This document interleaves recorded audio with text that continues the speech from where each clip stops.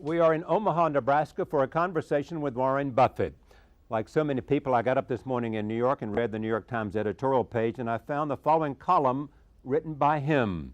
It is an op-ed which is called Stop Coddling the Super-Rich. Here are some excerpts. Our leaders have asked for shared sacrifice, but when they did the asking, they spared me. I checked with my mega-rich friends to learn what pain they were expecting. They too were left untouched. While the poor and middle class fight for us in Afghanistan, and while most Americans struggle to make ends meet, we mega-rich continue to get our extraordinary tax breaks. Buffett speaks directly to the newly designated 12-member Supercommittee of Congress, outlining the stakes for the country. Americans are rapidly losing faith in the ability of Congress to deal with our country's fiscal problems. Only action that is immediate, real, and very substantial will prevent that doubt from morphing into hopelessness. That feeling can create its own reality. He spoke to spending as well as taxes, saying, "Job one for the 12 is to pare down some future promises that even a rich America can't fulfill. Big money must be saved here." And then he turned to his theme of taxes on the rich.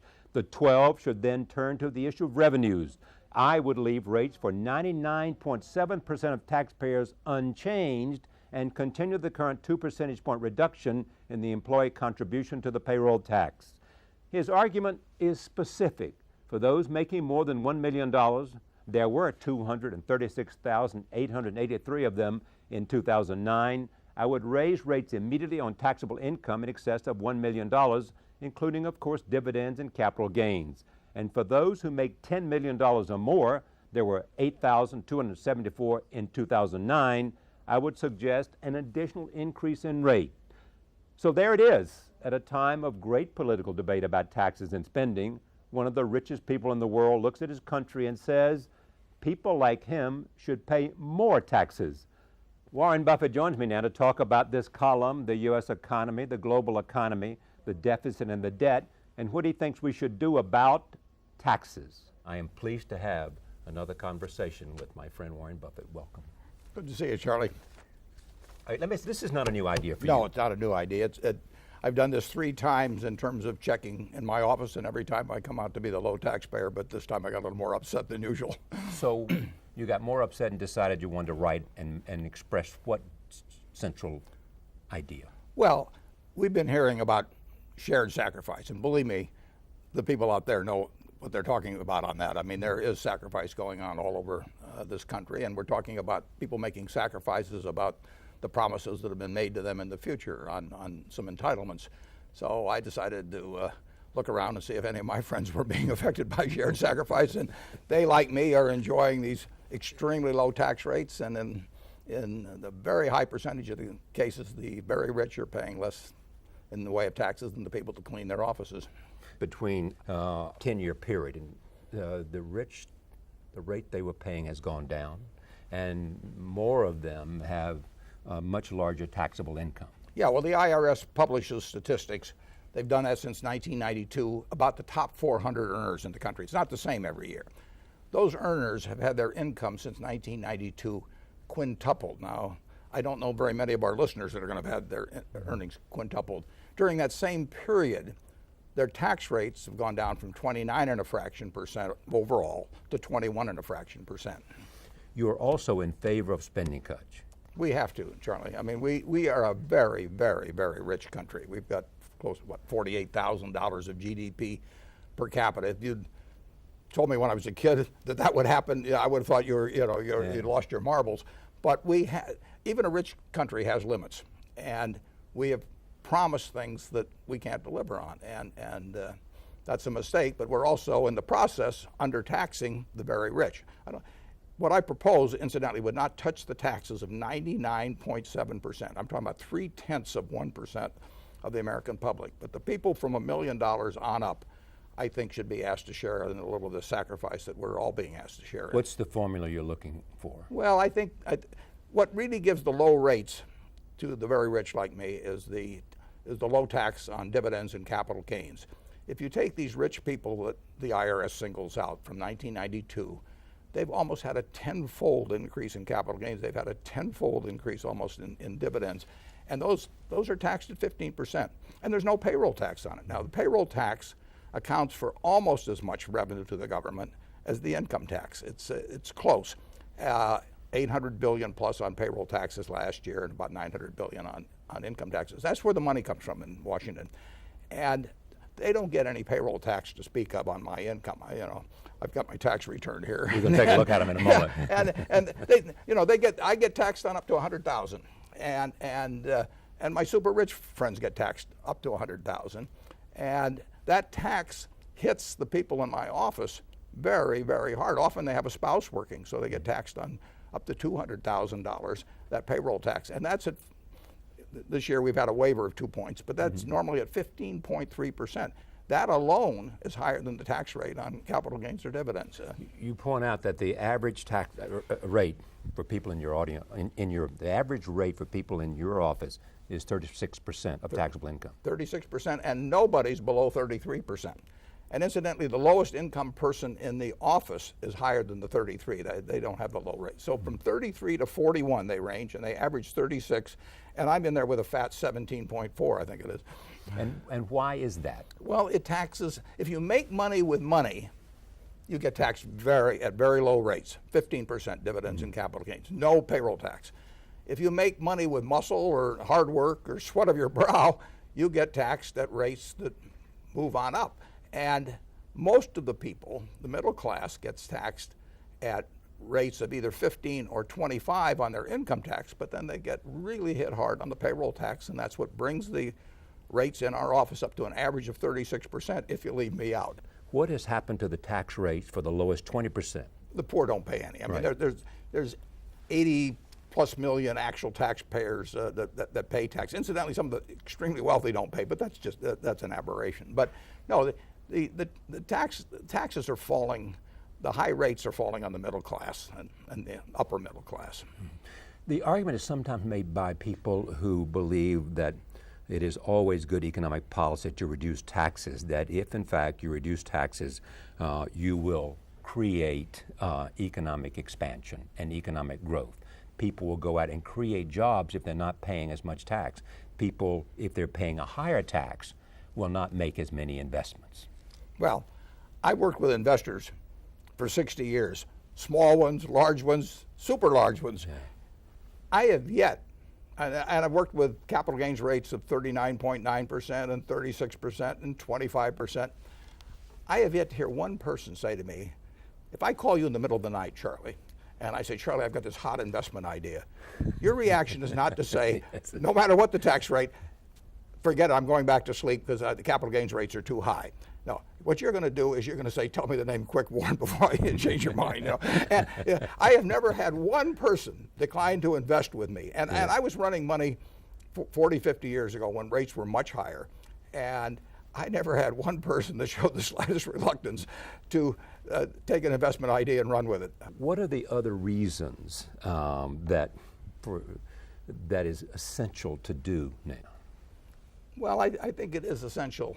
I think people are very, very upset about how their government works, and particularly how it worked during this raising the deficit ceiling period. I mean, so as I talk to people, they're very disillusioned. Howard Schultz of Starbucks came out with an article just the other day on that. So I think it's important that whatever is done restores to a degree, and can't do it overnight, but restores to a degree people's faith in the fact that their government can work.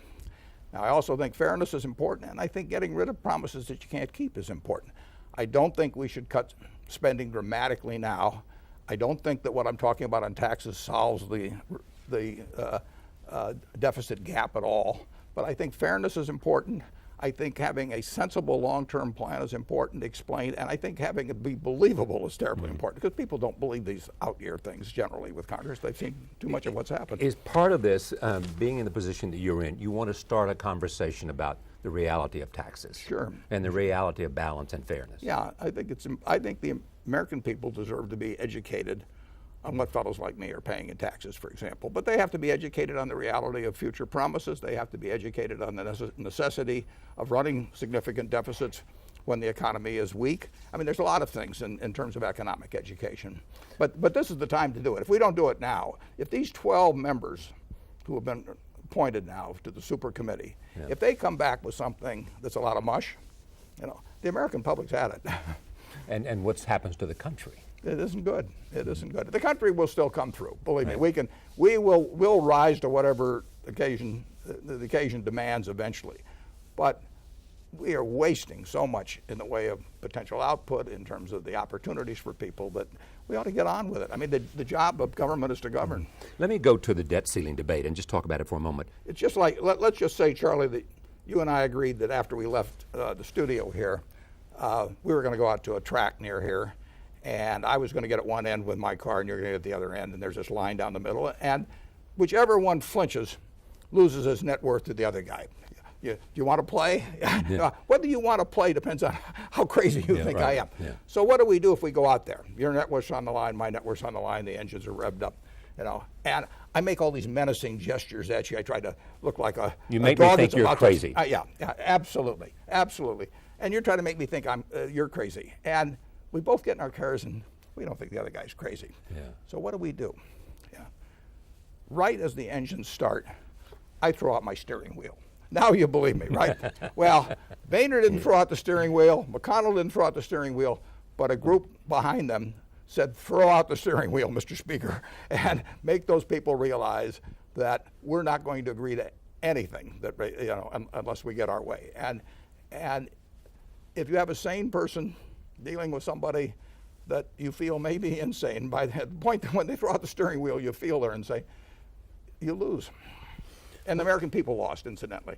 Then along came Standard & Poor's and basically downgraded. Yeah. Because they said it appears that the U.S. Congress is dysfunctional and unable to deal with the issue. Yeah. You disagree with the downgrading? 100%. I mean, but you understand why they made the decision? I understand why they did it. But I will bet you McGraw-Hill owns Standard & Poor's. Right. I'll bet you if they have any short-term money around, it's in treasuries. I don't know that for sure, but they would not be worried about it that being in treasuries. And that's in fact what happened. Treasuries are strong. Right. We can print money. There's 17 countries in Europe that gave up the right to print money, and believe me, they know what it means to give up the right to print money. Because they joined the Eurozone. Yeah, they joined the Eurozone, and now they've got terrible problems because they can't print money. We can print money, so we don't have to worry so much about our government becoming dysfunctional as we have to worry about that damn printing press becoming dysfunctional for some reason. In fact, you were saying that the United States can always pay its bills, and therefore it should not have had its AAA rating downgraded. Yeah, that's correct. Yeah. But what do you make of the Chinese criticism? Well, I'm sure they're enjoying it in a way. Yeah. I mean, I would criticize too, because if I were the Chinese sitting with $1 trillion plus of U.S. government obligations one way or another, I would be very worried about what's going to happen to the purchasing power of that. I mean, I've got the right to get the $1 trillion back, and I will get the $1 trillion back. The question is what will it buy at that time? And our government gives you the impression at times that if they will resort to a printing press, they'll resort to a printing press if necessary. And if they do enough of that, the value of the dollar goes down, and it goes down significantly. So if you hold a lot of dollars, which the Chinese do, I can see getting very unhappy about that. What do you think of the Federal Reserve's announcement they're going to keep interest rates low? Well, that's a very, very stark statement. I mean, the Fed is saying, when they say we're going to keep rates low until 2013, that they say they're really saying the economy's not going to be very good until then. It's an unusual statement. Which you disagree with? I think there's a chance they're wrong. Yeah, I think it may pick up before then. You think the U.S. economy will pick up? Yeah, the U.S. economy is. I think it's been picking up ever since the summer of 2009, right up to last month. I mean, I see figures on 70 plus businesses. What is unusual about this is we had a huge recession caused in large part by a housing bubble. I mean, you have 67% of the people in the United States own their own homes roughly. Right. And those people who had a $22 trillion asset at the peak saw its value shrink dramatically. That's affecting 2/3 of the households in the United States. That had that incredible impact on the economy, and we won't come back big time until we've worked off the excess inventory that was created during our binge on housing a few years back. We are making progress on that every day, every week, every month. I mean, we are producing less houses than we are households. household formation has to increase beyond the beyond place housing that construction, housing construction housing, pleases. and that's been happening for a couple of years, and it's exactly what should happen. Now, I actually read some article today about people talking about blowing up a few houses or something. If you blew up a million houses, you'd probably be in balance now. I'm not advocating that. And if you started having households being formed by 12-year-olds, you could speed up household formation. But we're not going to have that either. But we are going to have households being formed. That's baked into the demographic pie. You are saying that what's wrong with the American economic growth picture right now is housing and construction and every one of our businesses, virtually of our 70-some businesses, are doing better quarter by quarter by quarter, except those tied to housing. But housing and things like housing is way bigger than construction workers. Unemployment will fall significantly, in my view, when we get back up to 1 million housing starts. Because it won't just be construction workers. It will be our carpet workers, where we've laid off 6,000 people. And it will be our brick workers, and go up and down the line. So the big recovery, we've recovered on corporate profits. We've recovered in terms of getting the banks back in shape. Banks are in good shape now. We've recovered in all kinds of areas. Corporate America is doing fine in most areas. It's not doing fine in things tied to residential construction. That won't come back until we work off the excess inventory. But the inventory is not as, the amount of excess inventory is not as high as a lot of people think, in my judgment. And that's why I say it could be before mid-2013. going down to 8% or something? I think I think if when home construction's 1 million units or more running at that rate, I think we'll be at 7% or below. You have a bet with Peter Orszag, the former director of the Office of Management Budget? Yeah, but I'm talking settlement with him. What was the bet? The bet was on by election time that it would be down to 7.3%, and I thought housing construction would come back by that point, and I may be wrong. I may be right, but but when I will guarantee you, when housing construction gets back to 1 million units, and it can go beyond that. I mean, it could easily be 1 million too.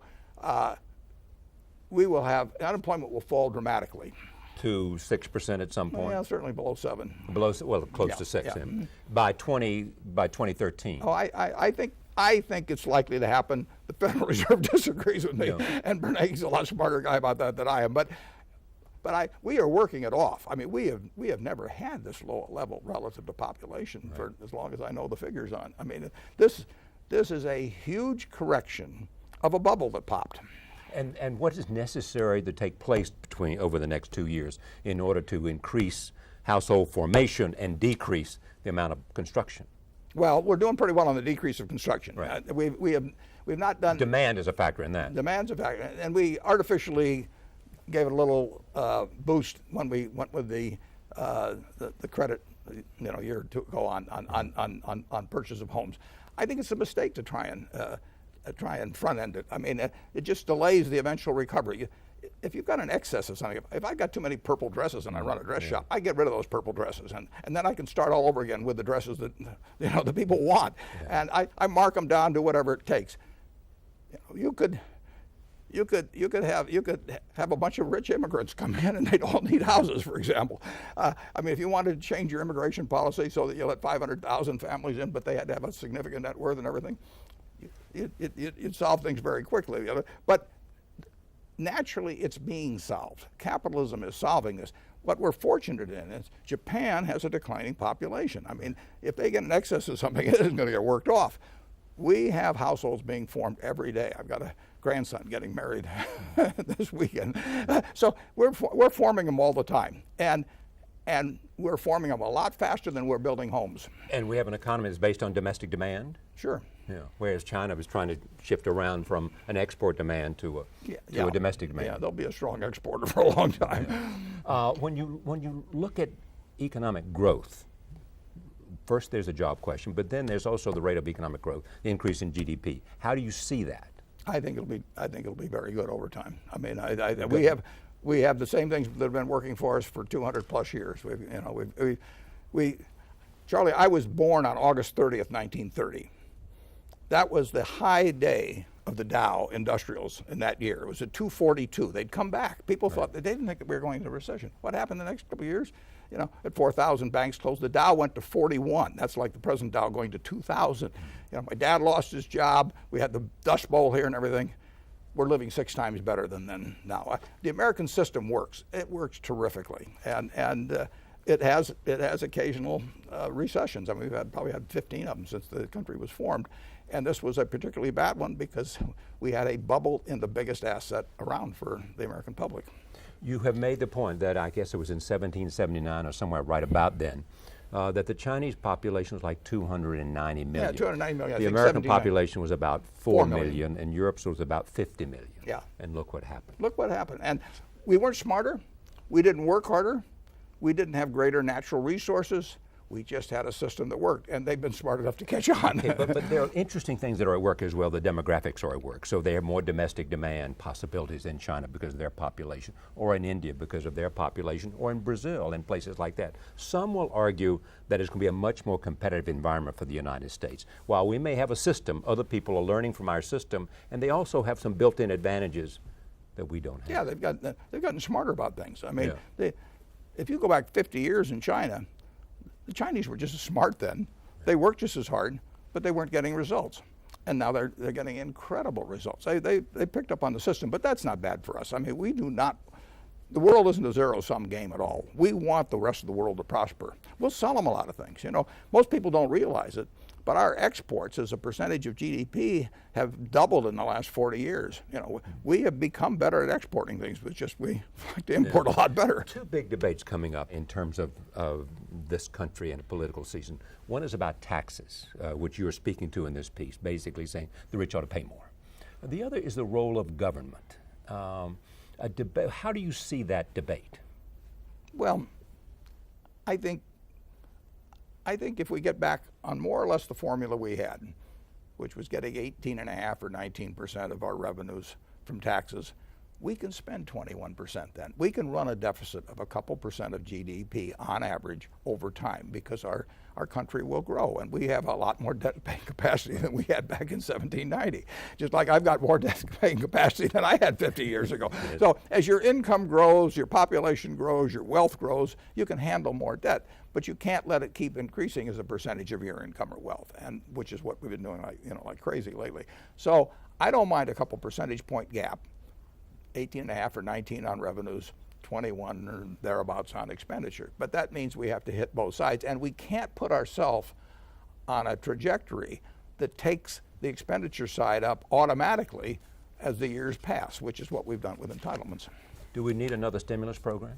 Well, we've got the biggest stimulus program the world's seen virtually going on right now. That debate is really gotten somewhat ridiculous in my view, because fiscal stimulus is when the government spends a lot more than it's taking in. So the deficit is our stimulus. The deficit is our stimulus. You can say a bridge someplace is part of that act. You can say cutting taxes is part of it, as was the case in our Stimulus Act. But the stimulus is the government pouring more money out than it's taking in. And we have a stimulus going on that's 10% of GDP, which we haven't seen since World War II. So we have a huge stimulus going on. Nobody wants to call it a stimulus because that's gotten to be a dirty word, but we have a big stimulus.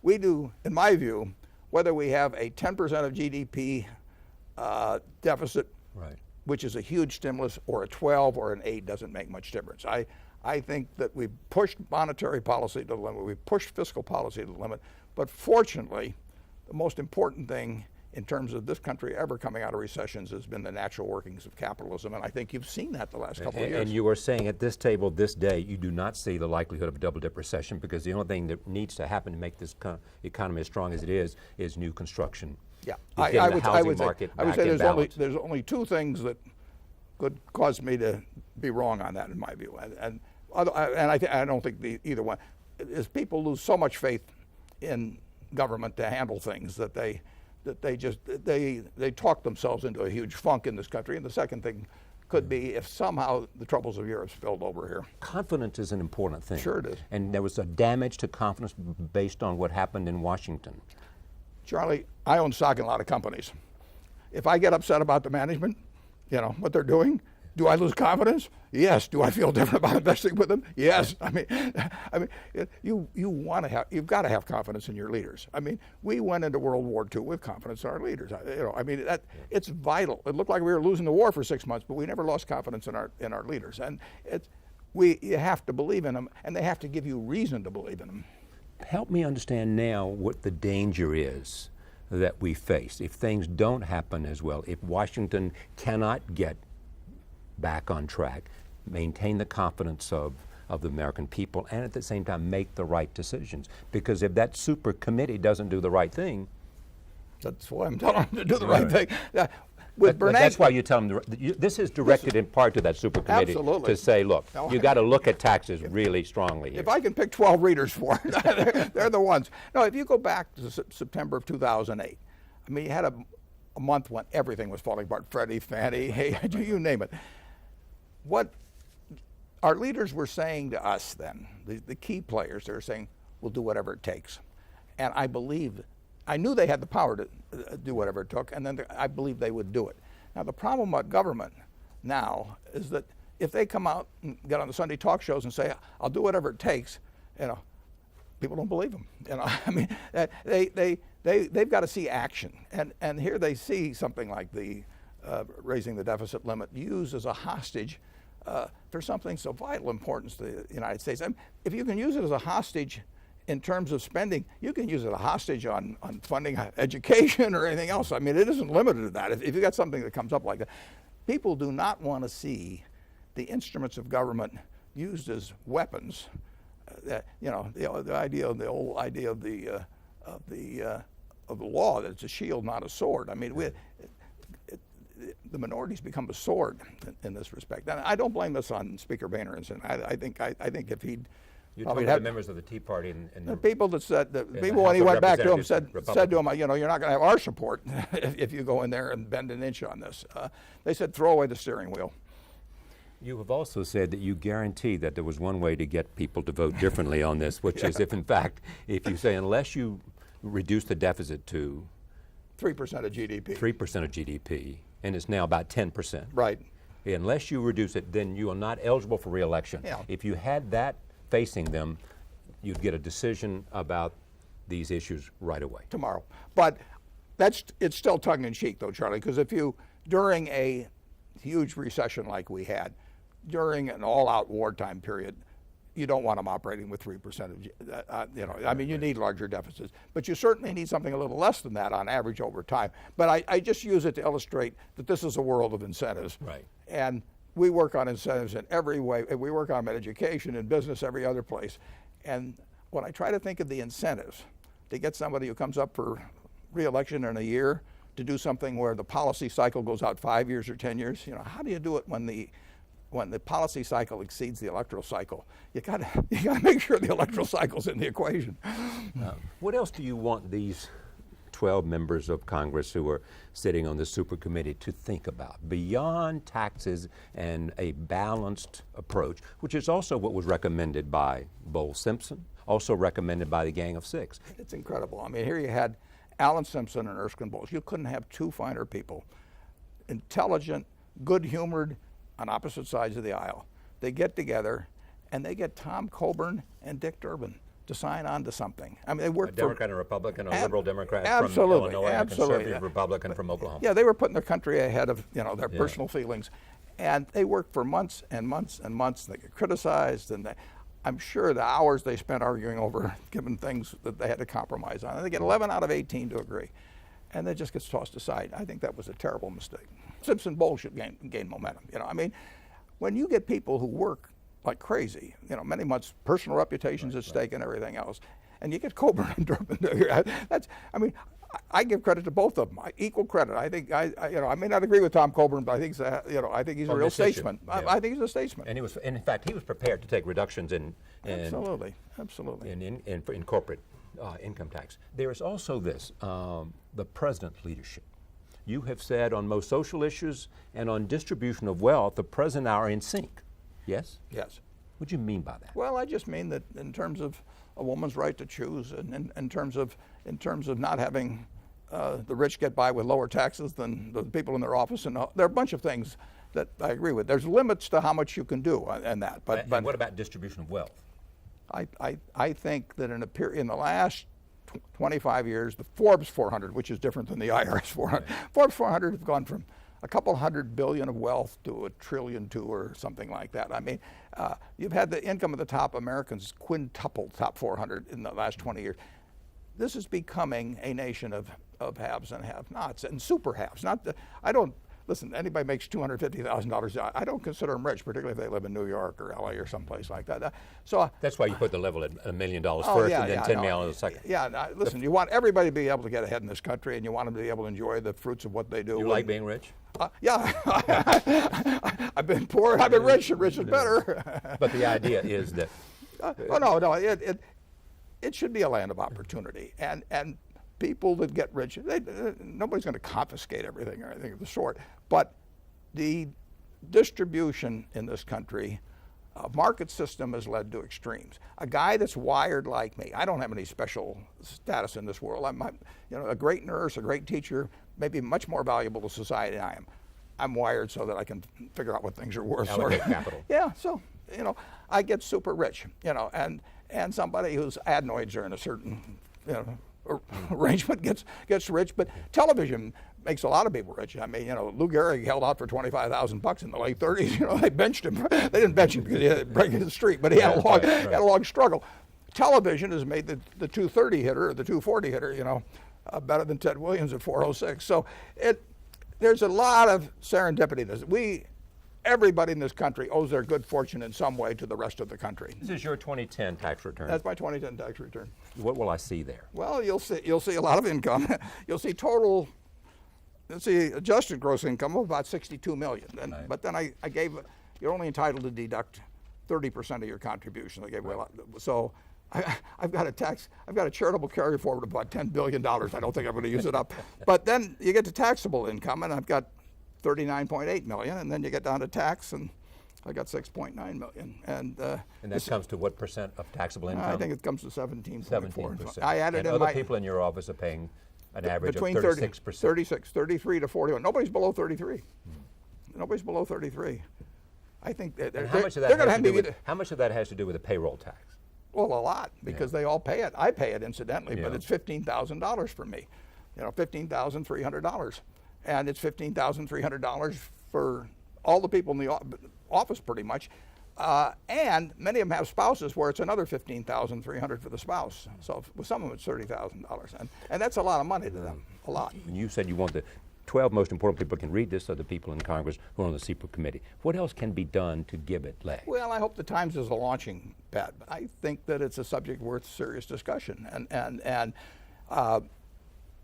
I already heard from somebody this morning that they're putting on Facebook. I never thought of social media as being a way to they're putting this column on Facebook so you get a wider and a different distribution. Yeah. The 600 million. I think if the public is educated on what goes on, I think their representatives will follow through to some extent. I think some members of Congress don't even understand that probably.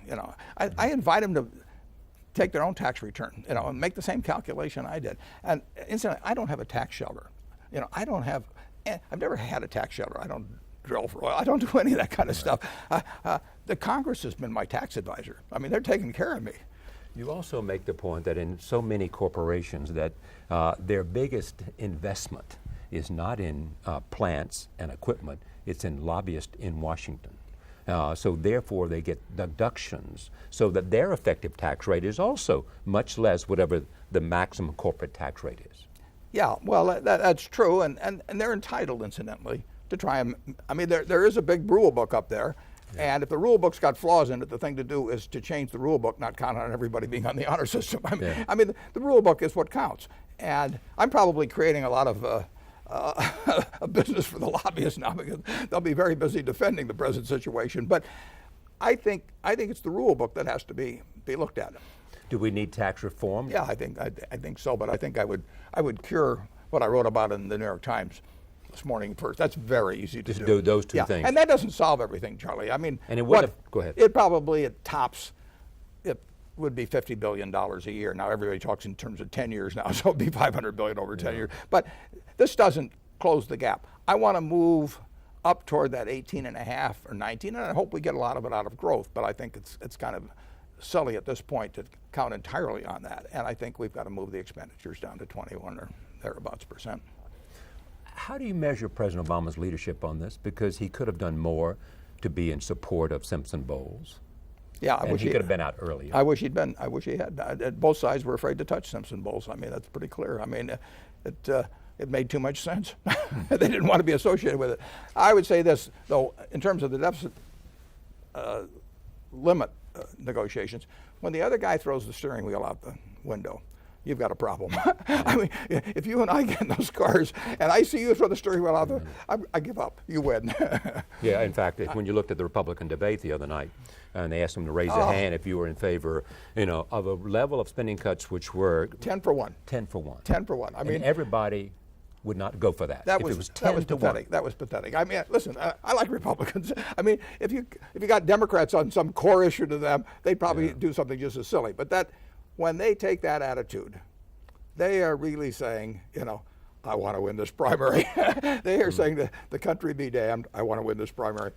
And it means that a certain element of a philosophy on taxation has taken control of the public debate within that party. It has, particularly in terms of the primary, because the primaries push people to extremes. That's one of the problems we have in this country. But they can't believe in their hearts, all 10 of them, that a 10 for 1 ratio would in some way irreparably harm the country. But you said you're prepared to make, as I raised earlier in this conversation, specific spending cuts and entitlements, changing Social Security, trying to reduce the cost of health care, which is essential. Charlie, on my tax return here, you had George Will on a few days ago, right. And George said he couldn't understand why he was getting Social Security.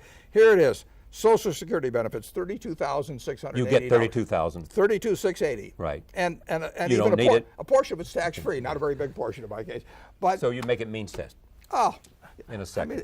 I mean, I think the idea when we've got this very, very rich family in this country, a lot of us have troubles. 60 million people live in households where the income is $21,000 a year or less. And I say to people who say, we shouldn't raise taxes, just try that for a few weeks. I mean, just try it. So I think that when we're going to have to do things that are even a little bit tough on them, maybe, I think you've got to come after some of us. And it certainly shouldn't be giving me Social Security. It's deposited in my bank account every month without me even knowing about it. Where does this populist instinct in you come from? I was born lucky. I was born in the United States of America. The odds were at least 30 to 1 against that. I didn't have anything to do with that. I was born wired for capitalization. I didn't have anything to do with that. So here I am. I won the ovarian lottery the day I was born. A lot of people don't.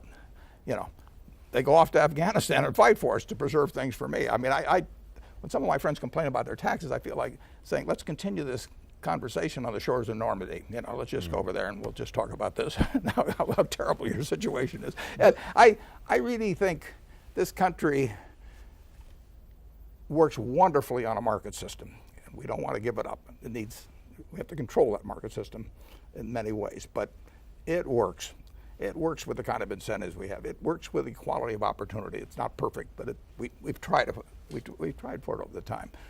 But the lucky ones still prosper incredibly disproportionately, under this. I'm not for having some kind of a czar and Washington decides what's proper for everybody, but I do think something that thinks about the 60 million people that are living at $21,000 a year or less in their household. I think a rich society should think about them a little bit every day. That's the America you believe in. Yeah, it is. I think it's the America most people believe in. Are you okay by Dodd-Frank, that in fact that was the appropriate reform to do? I haven't read it, Charlie. I think that there's two things that are needed to keep the financial system from going crazy. One is keeping some limits on leverage, and we didn't do a very good job of that last time. And incidentally, Dodd-Frank's devoted to that a little bit, isn't it? Yeah, but Congress, they encouraged huge leverage in Fannie and Freddie. I mean, that's where the money was. The second thing is having the proper incentives for people at the top of important financial institutions. We saw institution after institution go to the government and say, we're too important to the society that you can't let us fail. So pour in the money, do whatever is necessary, and meanwhile, I'm going to go off and be rich. The guys have screwed it up. I think you've got to have downside, really drastic downside, for the people that run financial institutions, big ones that get into trouble. And we need those incentives, and I don't think they've attacked that yet. That can be done through the board of directors. Too big to fail continues to exist. Too big to fail will always exist. There will always be institutions that are too big to fail. Should They're deciding over in Europe that Greece is too big to fail. Okay, but should they be broken up? I know that. Yeah. Should those institutions be broken up? No. As one form of Federal Reserve? Yeah. We decided the whole banking system's too big to fail when we put in the FDIC in effect. Right, I mean, we can't exist without them. But we have to do something to change the behavior of people that are at the top of those institutions, so they have huge downside. They didn't have downside. People, I'm not going to name names, but those people did not have downside. They had downside to their reputation, but they walked away with tens of millions, hundreds of millions of dollars. So you can't have that kind of a situation exist and expect great behavior. And then you have to have some restrictions on leverage. But has that changed? The incentives have not changed very much. They say they've changed by paying them more in stock and all that, but that isn't draconian enough for me. All right. I want to come back to Omaha. Great. Yeah. I know. But and look at just what the lessons of Berkshire Hathaway are for you. I mean, most of your businesses are growing. Yeah. Railroad's growing. Everything's growing. Everything's growing. Pretty much. Mm-hmm. You are finding that you need to hire new people? Sure. We're investing a record $7 billion this year in capital investment, almost all of which is in the United States. That's at least $1 billion more than we've ever invested in the past. There's plenty of things to do here. You have often said that, I mean, in a time like this, in which there are difficult times, that's the best time for you because you can have more opportunities to buy things that you think are of quality at better prices. There's no question about it. I like buying on sale. But, last Monday, we spent more money in the stock market buying than any day this year. But it was buying stock. Buying stocks, not business. But buying business is very infrequent. I mean, there's a lot of happenstance in that, but you got to be ready to do it. There's much discussion in the paper about buying another acquisition of Transatlantic, I think it is. Yeah, an insurance company. We made an offer about a week ago. That offer's expired now. So that's we don't leave things out. And you don't like bidding wars either. No. All right. No. But if you look at Berkshire today, it's different in the sense that more of it is owning businesses 100% than it is owning stock. And we've been going that direction for 20 years, but people are seeing more and more evidence of it. But we employ 260,000 people or more, and we have added to employment this year. And with the exception of homes and construction. Yeah, we're getting and killed carpet there. And all those businesses. Yeah, everything associated with it. Second largest real estate agent and all that. Yeah.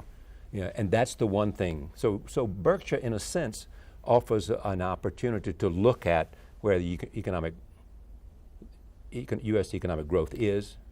I can tell you how many people had dilly bars yesterday. Everything from dilly bars to corporate aircraft.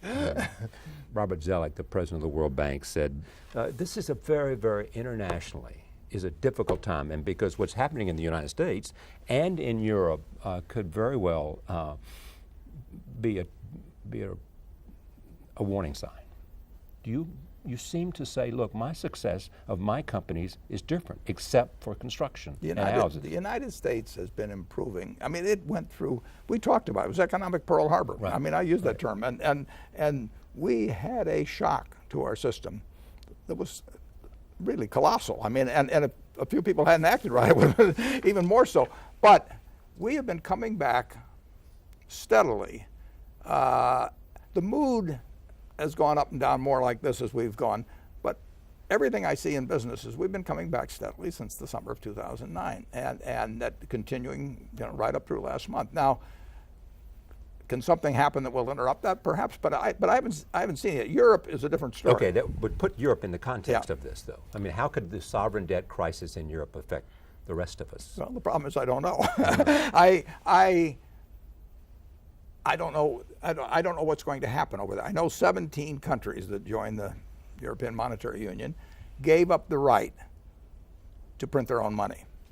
That was a huge, huge decision. I hope the United States never does it. I mean, it changes the game. To be control of your own finances, in fact. Yeah, and they linked themselves. They gave each other their credit cards and said, let's all go out.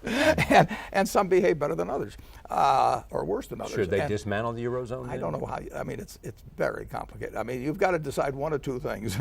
You've either got to decide that these members are actually going to get their act together, the ones that have troubles, in a very major way, because they need lots of money. I mean, they have to refund their old obligations all the time. So nobody has to lend money to country A, B, or C. I mean, in the end, nobody has to lend money to them. The United States, if nobody lends money to the United States, we print it. But not over there. I mean, if Greece owed their money in drachma, they'd have a lot of inflation and devalue and all of that, but they wouldn't have a problem paying their bonds. They gave up that right. Now, either the weaker countries get their act together in some major way, and I think that's very, very difficult, or basically the very strong companies, and we're talking countries, we're talking Germany, have to say, I'm willing to take care of my brother-in-law that's been using my credit card. Well, that's what they've said so far. Well, they've sort of half said it. I mean, that's their problem. I mean, if you're having a run at a bank and you got 10 people in front of it, no FDIC insurance, that line's not going to stay at 10. You're either going to get rid of those 10 or you're going to have 100. And so far in Europe, they've sort of kept talking to the 10, and a few more straggled up. And so they didn't get rid of the line. And when there's a run, the line only gets longer unless it gets taken care of very quickly. But what are the consequences for the United States and for Asia? I don't know the answer to that. I don't think they're necessarily extremely dire. There's got to be consequences, but Europe won't go away. I mean, we're selling a lot of goods in Europe. Our it's a huge market. Oh, it's a huge market, and they're not going to go away, and the plants aren't going to go away, and the farmland isn't going to go away. It just can be kind of an economic mess for a while. You have said before that to me and to others that Berkshire is your canvas that you paint on. It's your masterpiece. Well, I don't know about masterpiece, but it's my canvas. So what is it that, if you look at it today, Berkshire, you find fault with? Find fault with? Yeah. Well, I made plenty of mistakes along the way, so I've got a lot of brush strokes out there that if I just give me a little whatever it takes to remove that, I would do it. So I made plenty of mistakes, but I expect to make mistakes, and I'll keep making mistakes. So, because unless you take chances, you won't make mistakes. Oh, sure, and mistakes are part of the game. I mean, you're swinging at pitches, and you miss a few. But no, I don't want to sound I feel good about Berkshire. I mean, the people I'm associated with, the businesses, we have we lay out our economic principles, and I laid them out many, many years ago, and we don't change them. I mean, we try to operate that way. Doesn't mean we're perfection. You get a company of 260,000 people, I'll guarantee you right now somebody's doing something I wish they weren't. I mean, you can't have a city of 260,000 people and have no jails. But overall, I feel there's a culture that I don't think any other really large public company has, and I think it's enduring because it's so inculcated in the managers, the shareholders, the directors, everybody. So I feel good about Berkshire. Would I be wrong to suggest the thing you worry most about is whether after you are gone that culture remains as it is, that you have in a sense made Berkshire strong enough to exist without you? Yeah, I don't worry about that. I worried about it over the years, which is why I did a bunch of things that I think ensure that future. But that's always the question. I mean, you've seen all kinds of great companies topple for one reason. You once said to me and to others, you have to make your company idiot-proof because at some point some idiot will run it. Yeah, well, that may be even the case now. I mean, but if someone has said, I think that the thing you worry most about is whether Berkshire will be intact 20 years after you're gone. I don't worry about it, but I care about it. Yeah, no, and since I care about it, I've put things in place which I think almost ensure that Berkshire will be a lot better 20 years after I'm gone than it is now. Where is succession today? Where is succession? Yeah. If I die tonight, tomorrow morning it won't take the board an hour to have announced who the new CEO is. Absolutely. They know exactly who it is, and they agree. But it may change 6 months from now. It's unlikely to change 6 months from now, but it could. I mean, that person could die. Is there a list of people or one person? There's several people, but there's one person they've all agreed on. Takes over CEO.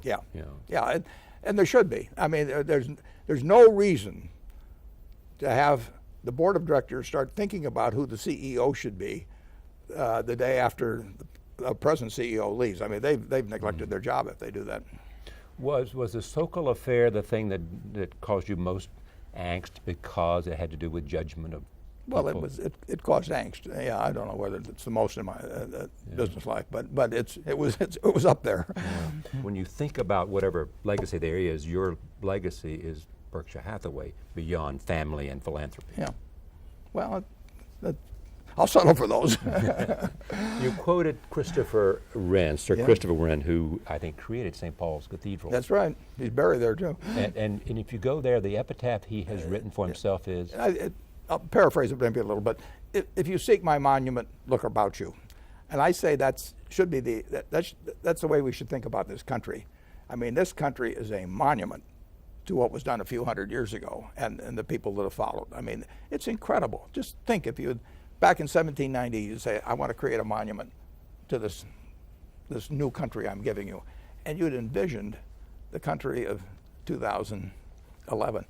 I don't think anybody would have dreamt big enough. You know, I mean, this is something to, and so I just, you know, when I fly across the country or when that thought occurs to me that if you really seek this country's monument, if you seek our founding fathers' monument, just look around you. and you worry today that there's some threat to that. Not because the system is not right, not because the system is not strong enough, but you worry that there are things happening that will make it less great if they are not addressed. I think we're being tested, Charlie, yes. But we were tested in the Civil War. We were tested, you know, in the Depression. We were tested, you know, December 7th of 41. We were tested on September 11th of 2009. I mean, we will get tests, and this is one of them. We'll surmount them, but I would just as soon get on with the job of surmounting them now.